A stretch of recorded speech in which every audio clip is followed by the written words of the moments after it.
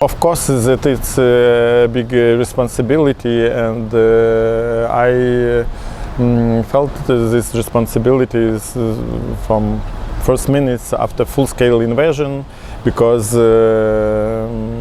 we all Ukrainians were shocked.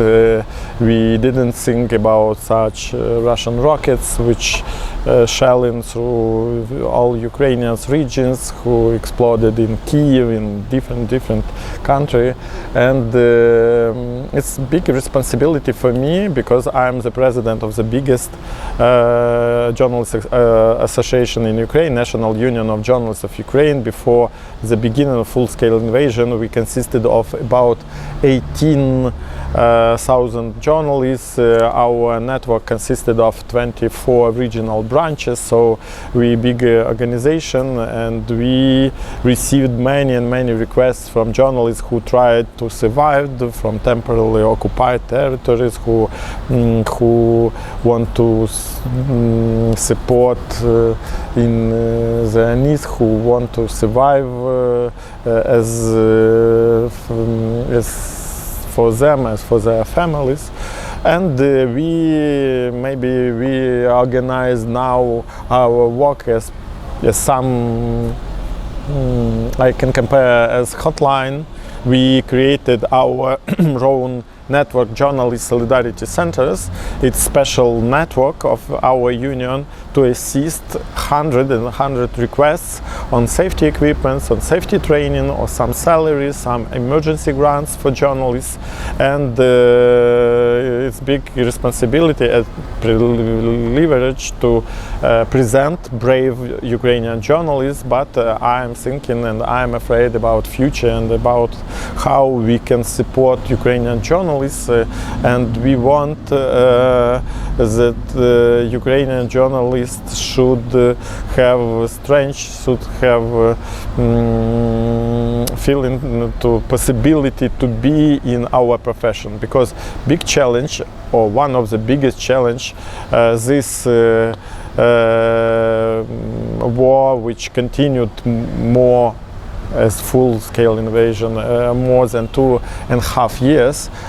Biggest challenge is economical surviving of Ukrainian media and Ukrainian journalists in profession, because now we see that maybe 30% or maybe 40% of media closed in Ukraine. Many journalists leave our profession, so it's big challenge, because it was not problem with unity of journalist community at first months after full-scale invasion, and nobody asked about salaries, about money, resources. Everybody, as every Ukrainians, but every Ukrainian journalists and editors tried to continue their work, to publish news, to cover war crimes of Russia, but media industry demand some resources, so it's the biggest challenge now.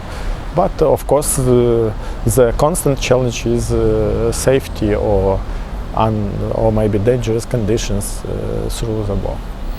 Yes, we see that Russians use the information, or maybe not information, but some information and technologies, propaganda as weapons in this war, and we saw that it's a very important component for Russians, and maybe propaganda, development of propaganda, spreading disinformation was the first stage of big war of Putin. And first of all, he concentrated to develop a machine of propaganda in Russians, and he now controls all Russians. He stopped, blocked any independent source of information, and he now receive nation which trust propaganda and which demand victory Russians against Western maybe. And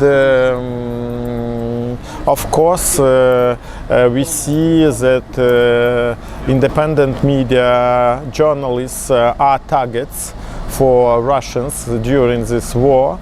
Russians, after first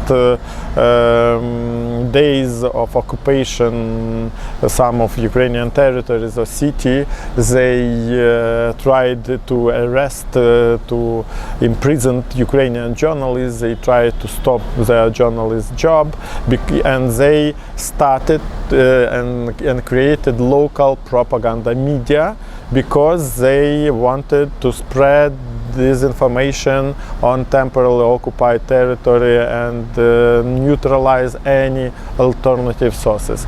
And as a strategy, Russia tries to spread disinformation as uncontrolled by Ukrainian government territory, as spread in Balkans, everywhere.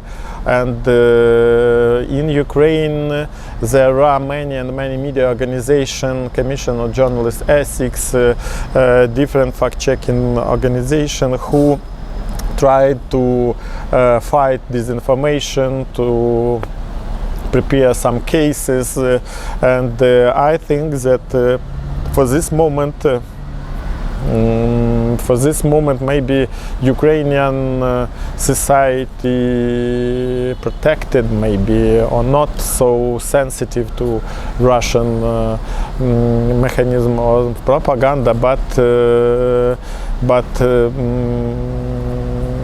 it's continuing challenge because Russia use democracy rules, Russia use new technologies, social media to invent a new mechanism of spreading disinformation. And Western countries, Western society, democracy society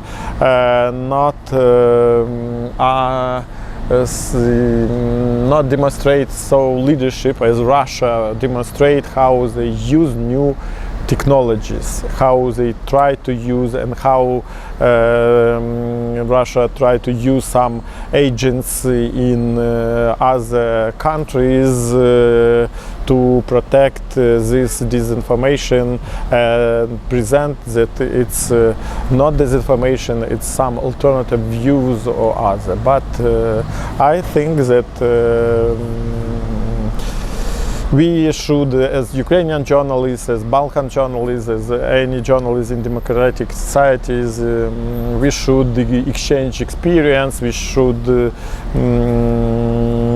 stop Russia disinformation, and we should ignore and ban the Russian propagandists. And one of the key initiatives of National Union of Journalists of Ukraine is the International Tribunal on Russia, as maybe a section of big tribunal, but tribunal on Russia on crimes against press freedom and against journalists, because Russia killed journalists, tortured journalists, imprisoned them, and use such propaganda as weapons during the war. So I think that it's good initiative for us, and we as union are union which present voices of injured journalists or journalists who